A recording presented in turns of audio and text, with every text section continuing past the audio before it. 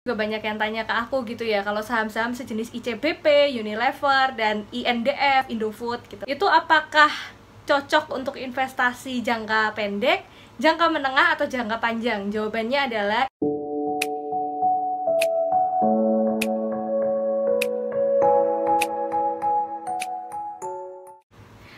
halo teman-teman semuanya, welcome back to my channel. Buat teman-teman yang belum kenal, jadi nama aku Francisca Sonia Rikianto. Teman-teman bisa panggil aku Sonia. Aku adalah seorang personal finance enthusiast yang sudah berinvestasi dan juga belajar di dunia saham selama 6 tahun. Akhir-akhir ini gue dapat banyak banget pertanyaan. Pada bingung, gimana prospek saham ke tahun 2022. Sekarang ini kan kalau teman-teman lihat IHSG atau Indeks Harga Saham Gabungan itu udah di 6.625.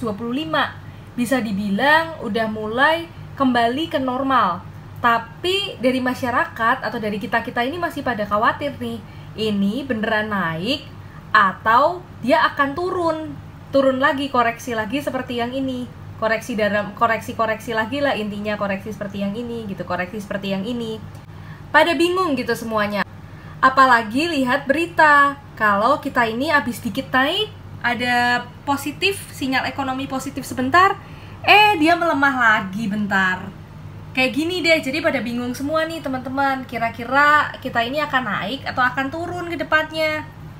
Kalau pendapat aku pribadi ya, teman-teman bisa cari di video YouTube aku yang ini, itu ada yang namanya kalender saham. Kalau menurut aku ya, kalian bisa lihat di video aku yang ini, kalender saham. Di sini aku udah jelasin kenapa saham itu ada kecenderungan untuk naik di akhir-akhir tahun, dan nanti dia itu akan koreksi lagi di bulan-bulan April, Mei, Juni, seperti itu. Kalian kalau mau tonton bisa lihat di series saham yang aku buat di YouTube, itu yang part 6. Ini ada iklan, ditutup dulu aja. Nah ceritanya kayak gini teman-teman. Jadi kapan sih saat yang tepat untuk beli saham dan kapan yang saat yang tepat untuk jual saham? Kalau menurut aku pribadi saat ini adalah saat yang tepat untuk jual saham. Karena harganya naik nih. Jadi kenaikan harga saham yang saat ini terjadi itu menurut aku ya belum benar-benar karena udah economic recovery atau ekonomi sudah membaik. Karena kalau kita lihat juga COVID belum selesai gitu dan belum tahu nih kira-kira selesainya kapan. Walaupun memang udah agak membaik ya, dalam artian COVID case-nya udah menurun, tapi kalau misalnya kita berkaca sama negara lain kayak Singapura aja mereka waktu dulu itu udah mulai membaik dan ternyata diketatkan lagi kan karena ada varian baru lah dan segala macamnya gitu. Jadi aku sih merasa bahwa ya kenaikan ini mungkin hanya sementara aja, euforia akhir tahun karena ini udah mendekati akhir tahun.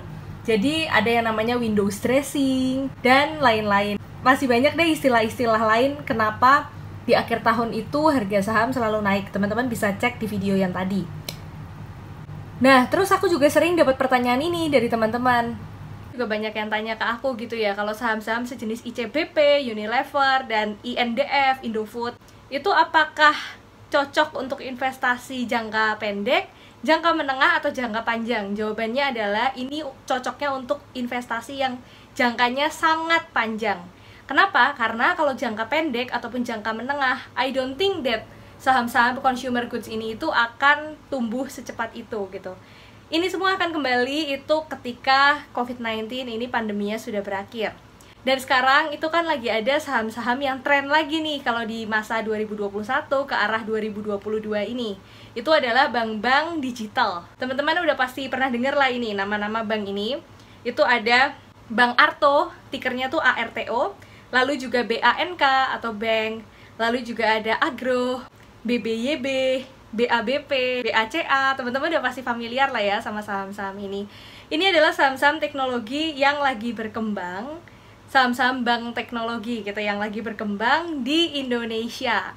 Nah kalau untuk saham-saham teknologi ini sebenarnya lebih cocok untuk investasi jangka pendek atau jangka panjang atau jangka menengah sih kak. Ini tuh lebih cocok untuk jangka menengah dan juga jangka pendek.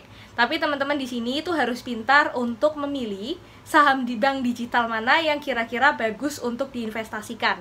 Karena ada bank yang memang benar-benar dia itu bagus secara ekosistemnya, tapi ada juga bank-bank yang dia itu cuma naik karena digoreng aja gitu lah. Teman-teman itu harus hati-hati sama yang seperti ini. Sebagai contohnya, itu aku mau kasih contoh misalnya Arto atau Bank Jago.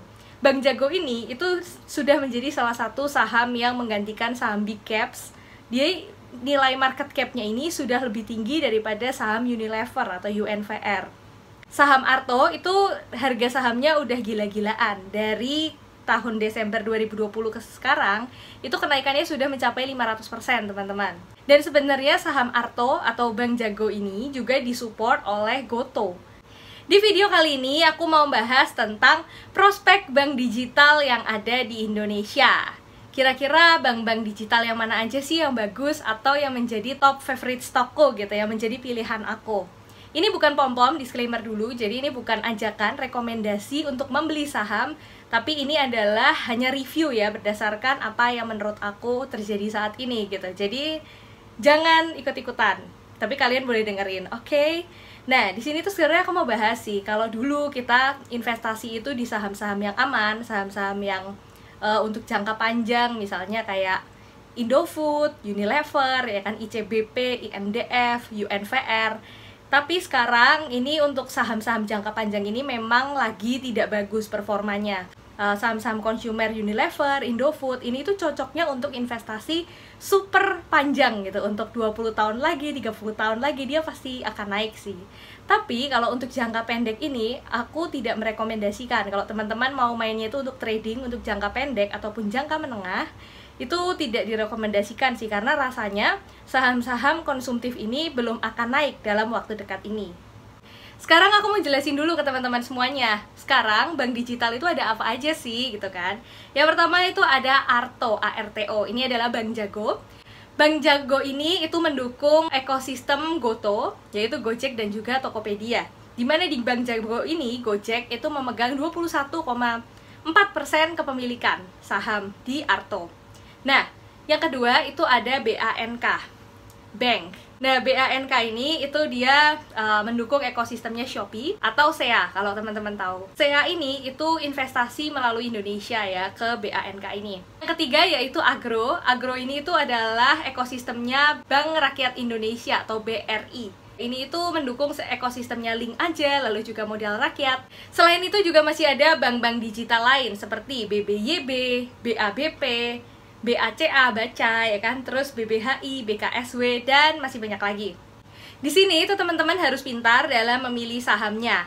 Teman-teman harus bisa membedakan kira-kira mana saham digital yang benar-benar bagus dan mana saham digital yang harganya itu naik hanya karena dia itu digoreng aja, gitu.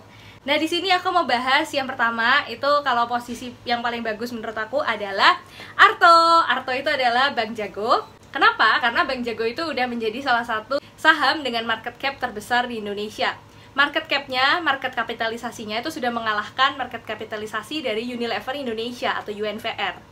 Yang kedua adalah BBYB. Nah, BBYB ini sebenarnya kenapa baik sih, atau kenapa kira-kira menjadi salah satu favorite pick lah ya di saham bank digital ini? Karena BBYB ini merupakan anak perusahaan dari Akulaku dan juga mendukung ekosistem Lazada.